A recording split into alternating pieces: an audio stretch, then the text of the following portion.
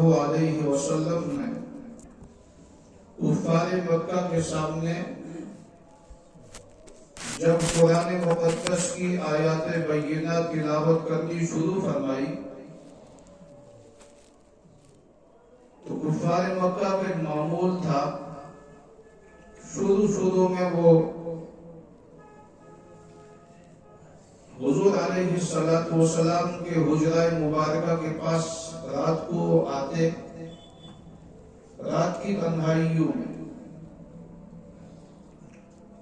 اور آپ کے حجرہ مبارکہ کے پاس خفیہ انداز سے بیٹھتے اور کان لگا کر سنتے۔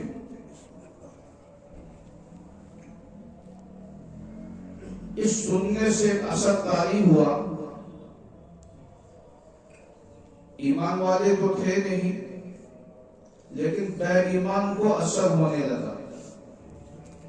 ابو جہل کو، عتبہ، عتیبہ اور شیبہ کو، ان کو خدشہ ظاہر ہوا کہ اگر ایسے ہی ہم نے قرآن سننا شروع کیا محمد رسول اللہ صلی اللہ علیہ وسلم کی زبان مبارک سے،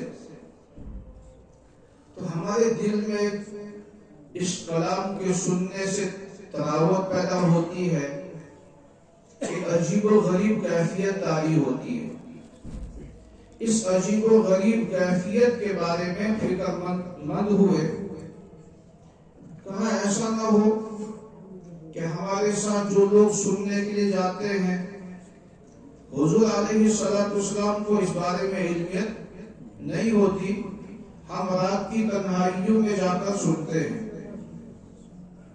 تو حضور علیہ السلام کے اس کلام کو سن کر بڑے لوگ یعنی کفار مکہ کے سرداران، انہوں نے کہنا شروع کیا کہ دیکھو یہ جو کلام پڑھ رہے ہیں یہ اللہ کا کلام نہیں ہے، یہ شاعرانہ کلام ہے یا مجنون والا کلام ہے۔ اس شاعرانہ کلام سے ہمارے دل کے اندر اثر پیدا ہوتا ہے۔ تو ایسا خدشہ ظاہر کیا کہ کہیں ایسا نہ ہو دھیرے دھیرے ہم جو قرآن سننے والے ہیں سب اس کی بات مان لیں، کیونکہ اس پہ جادو ایک تاثیر ہے، اس تاثیر کی وجہ سے ہم سارے کے سارے مرتد ہو جائیں۔ ان کے نزدیک حق پر کفار مکہ تھے اور باطل محمد رسول اللہ صلی اللہ علیہ وسلم کو کہتے تھے، اس لیے کہا کہیں ہم مرتد نہ ہو جائیں، بے ایمان نہ بن جائیں۔ ہمارے آبا و اجداد نے ہمیں جو درس دیا ہے، جس کیفیت پہ ہمیں چھوڑ کے گئے ہیں، کہیں وہ کیفیت ہماری زندگی سے رخصت نہ ہو جائے۔ اس تشویش میں ابو جہل نے ایک مشورہ بلایا، میٹنگ مشورہ بلایا، بڑے بڑے کفار مکہ کے روسا بادشاہ وقت کے بڑے بڑے لوگوں کو بلایا، اور بلانے کے بعد یہ کیفیت ظاہر کی کہ ہم یہ کاہنوں والا کلام، مجنونوں والا کلام، شاعرانہ کلام یہ سننے کے لیے جاتے ہیں رات کی تنہائیوں میں، لیکن ہمارے دلوں کے اندر ایک تاثیر پیدا ہوتی ہے۔ ہم کیوں نہ ایسا کریں کہ ہم اس کے کلام کو سنیں ہی نہ دن میں سنیں نہ رات کو، نہ ہم رات کی تاریکیوں میں وہاں جا کر سنیں، نہ دن کے اجالے میں کہیں بھی اس کی زبان مبارک سے نکلنے والے جملوں کو سنیں، کیونکہ حضور علیہ السلام دن میں بھی انسانیت کو کلام الہی سناتے تھے اور رات کو بھی کلام الہی سناتے تھے۔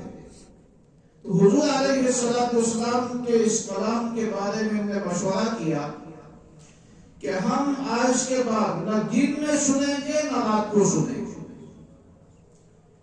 ایک وقت ایسا تھا، اعلان ہوا آج کے بعد کوئی بھی محمد بن عبداللہ صلی اللہ علیہ وسلم کہ گھر کے پاس، حجرے مبارکہ کے پاس کلام سننے کے لیے نہ جائے۔ اعلان ہوا، اور اعلان کرنے والا ابو جہل ہے، عمر بن ہشام۔ ابو جہل نے اعلان کیا تو جب بادشاہ اعلان کرتا ہے اس کا اثر ہوتا ہے. رات کی تاریکی چھا گئی. ابو جہل نے کہا کہ میرے حکم پر عمل کرنے والے سارے کے سارے سو گئے لیکن اس سے سکون نہ آیا. اور اس نے کہا اب تو مجھے کوئی نہیں دیکھے گا. اور یہ نکلا, اپنا جوتا نکالا تاکہ جوتے کی آہٹ کوئی نہ سنے, اور چلتا گیا. نیت یہ تھی کہ میں جا کر محمد بن عبداللہ کا وہ شاعرانہ کلام سنوں, اور میں نے اعلان کیا ہے کوئی نہیں جائے گا تو آج کوئی بھی نہیں ہوگا, مجھے کون دیکھے گا. جب یہ پہنچتا ہے ابو جہل, تو ابو جہل رسول اکرم صلی اللہ علیہ وسلم کے حجرہ مبارکہ کے پاس پہنچا. قدموں کی آہٹ بھی نہیں ہے. حضور علیہ السلام اور آپ کے جانشین صحابہ جو آپ کے حجرہ مبارکہ میں تشریف فرما تھے, آپ کلام الہی پڑھ رہے تھے. چند آیات چند سورتیں کلام الہی کی پڑھی جا رہی تھی. ابو جہل کان لگا کر حسب معمول سنتا رہا. عمر بن خطاب نے سوچا کہ آج اعلان ہوا ہے, مجھے کون دیکھے گا, رات کی تاریکی چھا گئی ہے, سارے سو گئے ہوں گے, اس لیے مجھے بھی کوئی نہیں دیکھے گا, ابو جہل کو بھی کون بولے گا میرے بارے میں, اس لیے میں بھی جا کر یہ کلام سنوں, اس کے بغیر مجھے سکون نہیں آتا. عمر بن ہشام سن رہا ہے, عمر بن خطاب آ گیا. وہی انداز, گھر سے نکلنے کا جوتا نکالا اور قدموں کی آہٹ لوگوں کو نہ سنائی دے اس کا اہتمام کیا. بڑے بہترین انداز سے چل رہا ہے اور قدموں کی آہٹ نہ نکالتے ہوئے رسول اکرم صلی اللہ علیہ وسلم کے حجرہ مبارکہ کے پاس پہنچا. دیکھا یہاں کوئی انسان بیٹھ کر سن رہا ہے. غصہ بھی آیا کہ یہ آج تو ابو جہل نے منع کیا تھا, اور ابو جہل کے منع کرنے کے بعد حکموں کے خلاف ورزی کرنے والا کون ہے. اب یہ دماغ میں سوچ رہا ہے کہ اگر مجھے کسی نے دیکھ بھی لیا تو میں ابو جہل سے کہوں گا کہ میں رات کی تاریکیوں میں آپ کا سپاہی بن کر دیکھنے کے لیے گیا تھا, کوئی آپ کے حکموں کی خلاف ورزی کرتے ہوئے سننے تو نہیں کیا ہے. یہ قریب پہنچا, دیکھا عمر بن ہشام یعنی ابو جہل قرآن سن رہا ہے. عمر بن خطاب نے دیکھا, کہا آپ اچھا آپ سننے کے لیے آئے, کہا آپ کیوں آئے, کہا میں بھی سننے کے لیے آیا. کہا بسترے پہ لیٹا تھا لیکن سکون نہیں آیا.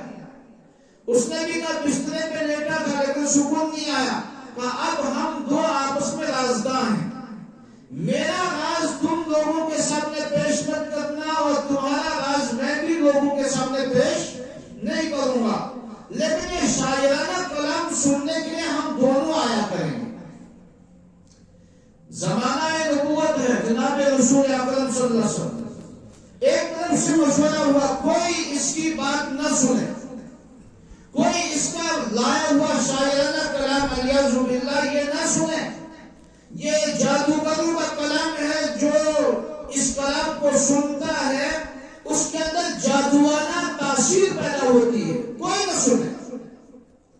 اور دوسری طرف سے پروردگار عالم نے قرآن نازل کیا.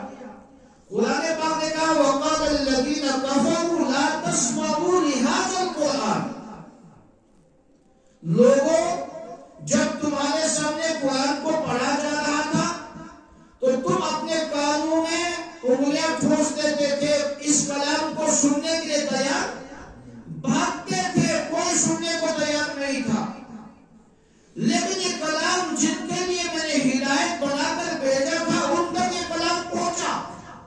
میں نے انسانیت کے لیے ہدایت بنا کر بھیجا تھا, انسانیت میں سے کچھ کو چھانٹا گیا, چنا گیا, کچھ کو ایمان کی دولت ملی اور کچھ کفر پر جمے رہے.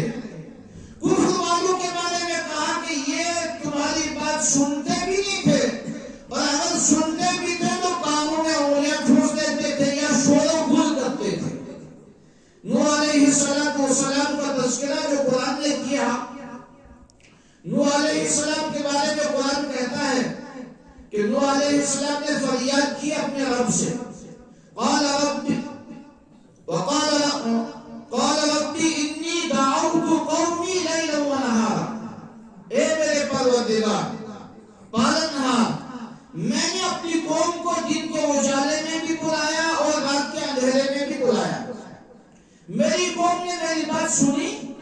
قال ربی انی دعوت قومی لیلا ونہارا فلم یزدہم دعائی الا فرارا، اس قوم کے سامنے جب میں دعوت دیتا رات کی تاریکیوں میں بھی اور دن کے اجالے میں بھی دعوت دیتا، دعوت کون سی تھی؟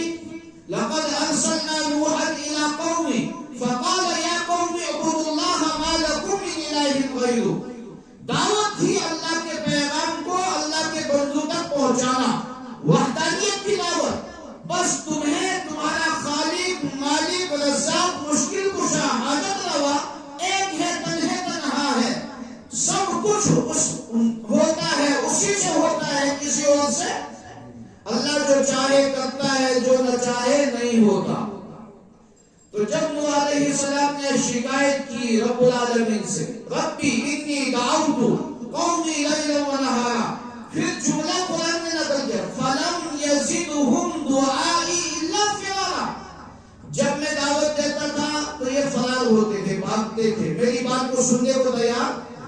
تو محمد رسول اللہ صلی اللہ علیہ وسلم کے زمانے میں بھی کچھ لوگوں نے یہی ترتیب سوچی، ہم سنیں گے نہیں، اور نوح علیہ السلام شکایت کرتے ہوئے اللہ سے کہہ رہے فَلَمْ يَزِدْهُمْ دُعَائِي إِلَّا فِرَارًا إِنِّي كُلَّمَا دَعَوْتُهُمْ لِتَغْفِرَ لَهُمْ جَعَلُوا أَصَابِعَهُمْ فِي آذَانِهِمْ وَاسْتَغْشَوْا ثِيَابَهُمْ وَأَصَرُّوا وَاسْتَكْبَرُوا اسْتِكْبَارًا ثُمَّ إِنِّي دَعَوْتُهُمْ جِهَارًا ثُمَّ إِنِّي أَعْلَنْتُ لَهُمْ وَأَسْرَرْتُ لَهُمْ۔ قرآن نے کہا کہ نوح علیہ السلام نے جب دعوت دی یہ بھاگے بھی، صرف بھاگے نہیں، اپنے کانوں میں انگلیاں ٹھوستے تھے، انگلیاں بھرتے تھے تاکہ اس کی آواز ہمارے کانوں میں نہ آئے۔ دیکھو قرآن کریم کا ایک اعجاز ہے، قرآن نہ سننے والوں کو بھی اللہ ہدایت دیتا ہے اور سننے والوں کو بھی اللہ ہدایت دیتا ہے۔ کیسے؟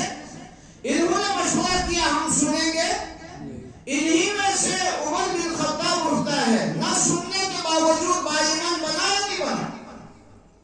نہ سننے کے باوجود باایمان بنا، بے ایمان نہیں رہا، لیکن عمر بن خطاب رضی اللہ تعالیٰ عنہ اور ابو جہل ان کے مشورے سے لوگوں نے محمد رسول اللہ صلی اللہ علیہ وسلم کا کلام سننا چھوڑ دیا، لیکن نبی علیہ السلام سے مطالبہ ان لوگوں نے کیا، کہا مطالبہ ہمارا ایک ہے، ہم آپ کی بات کو سنیں گے لیکن تھوڑی سی ملاوٹ کر دو، یعنی دودھ والا ہے دودھ میں ملاوٹ کرے، سبزی والا ہے سبزی میں ملاوٹ کرے، دوائی والا ہے دوائی میں ملاوٹ کرے، ہر چیز میں ملاوٹ ہے۔ آج کے زمانے میں تو ملاوٹ ہی ملاوٹ ہے، لیکن انہوں نے بھی کہا ملاوٹ کرو۔ کیا ملاوٹ؟ جو تم کہہ رہے ہو کہ یہ اللہ کا حکم ہے، اس حکم میں تھوڑی سی ہماری بھی بات مان لو۔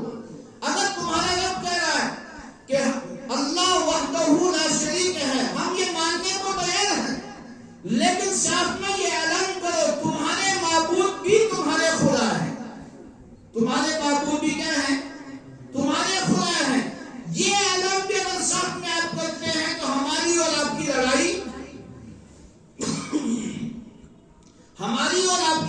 ختم ہو جائے گی۔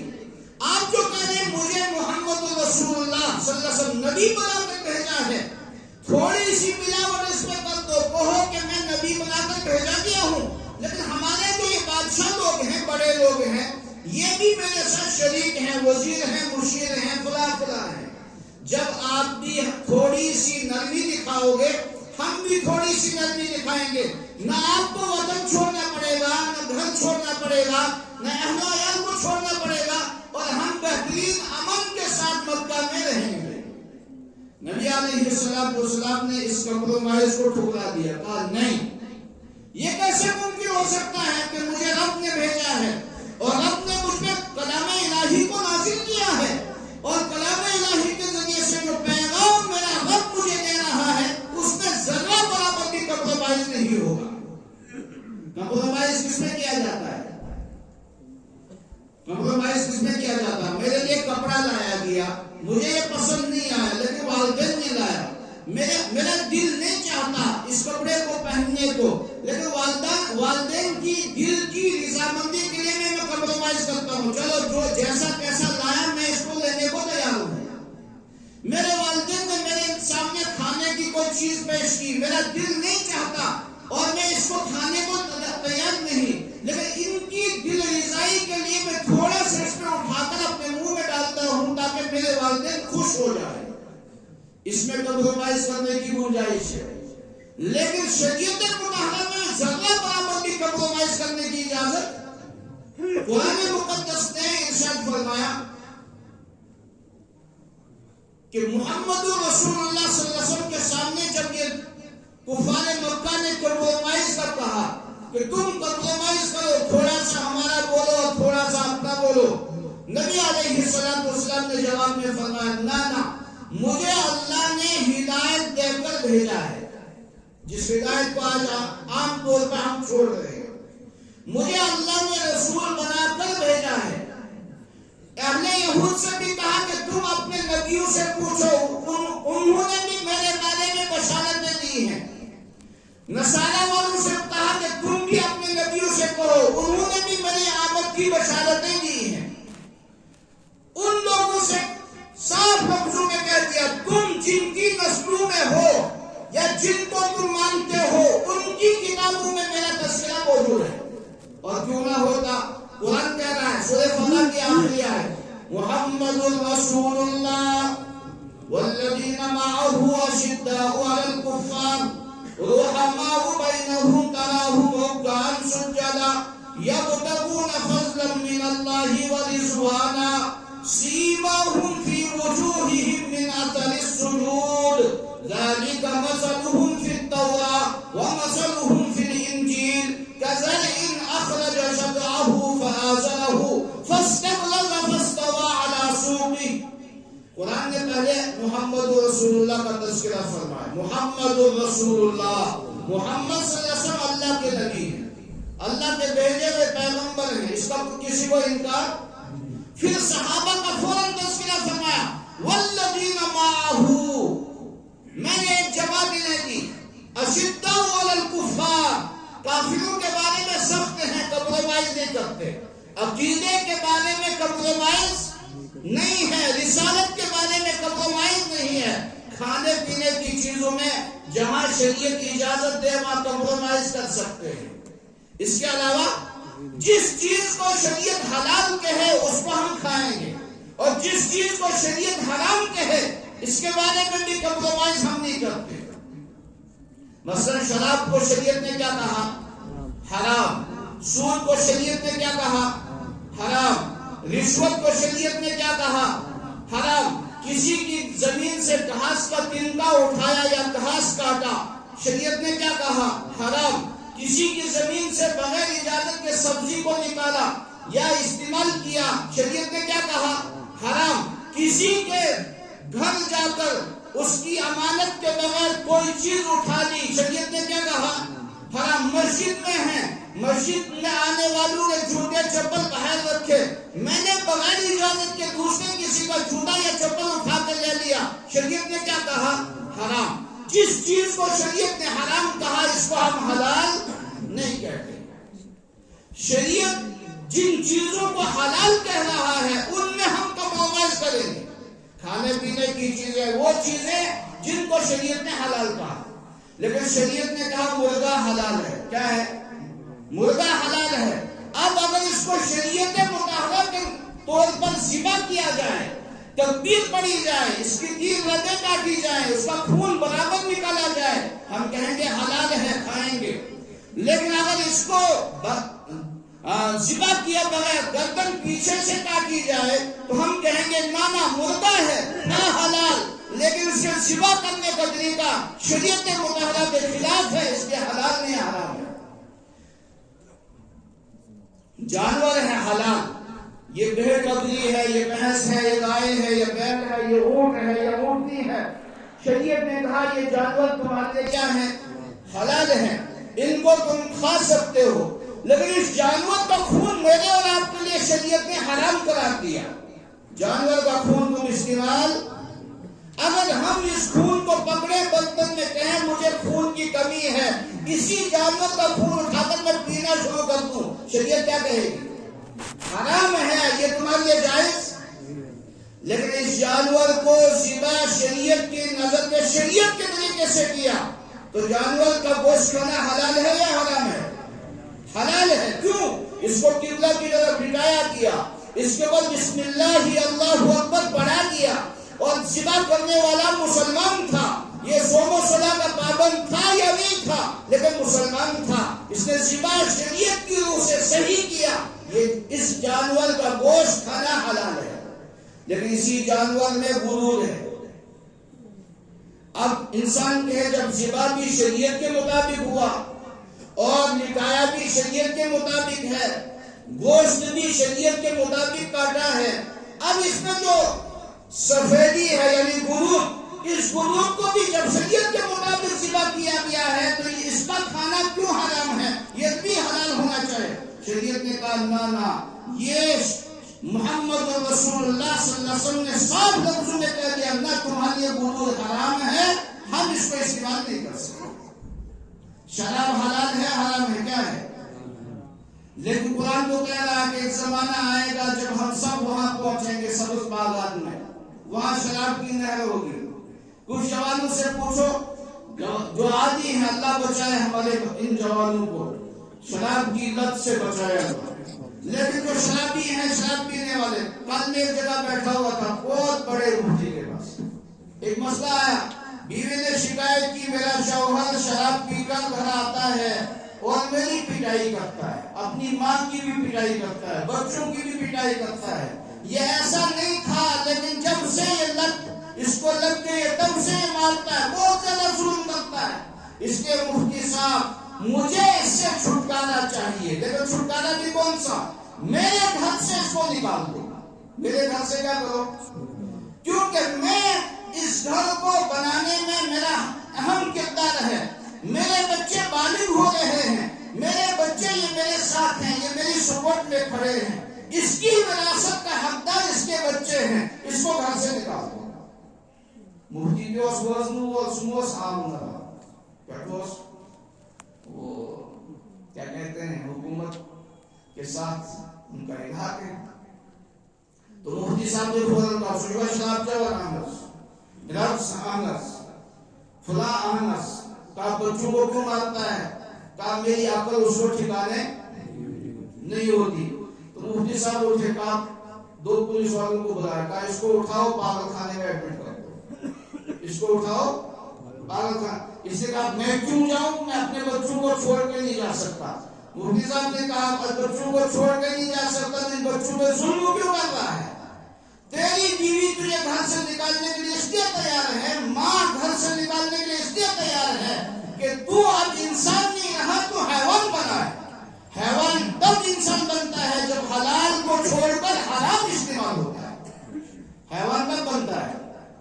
جب حلال کو چھوڑ کر انسان کیا کرتا ہے؟ حرام استعمال کرتا ہے. انسان نہیں رہتا، یہ حیوان بن جاتا ہے.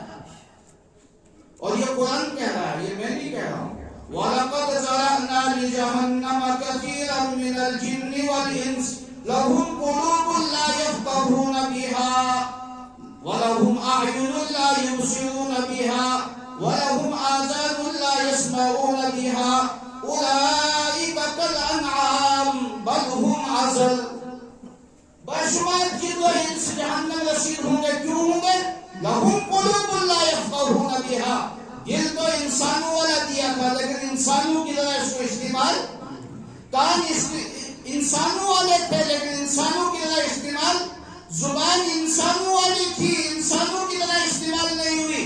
قرآن نے کہا اولئک کالانعام، یہ جانور ہے، بل ہم اضل، یہ جانوروں سے بھی بہتر ہے.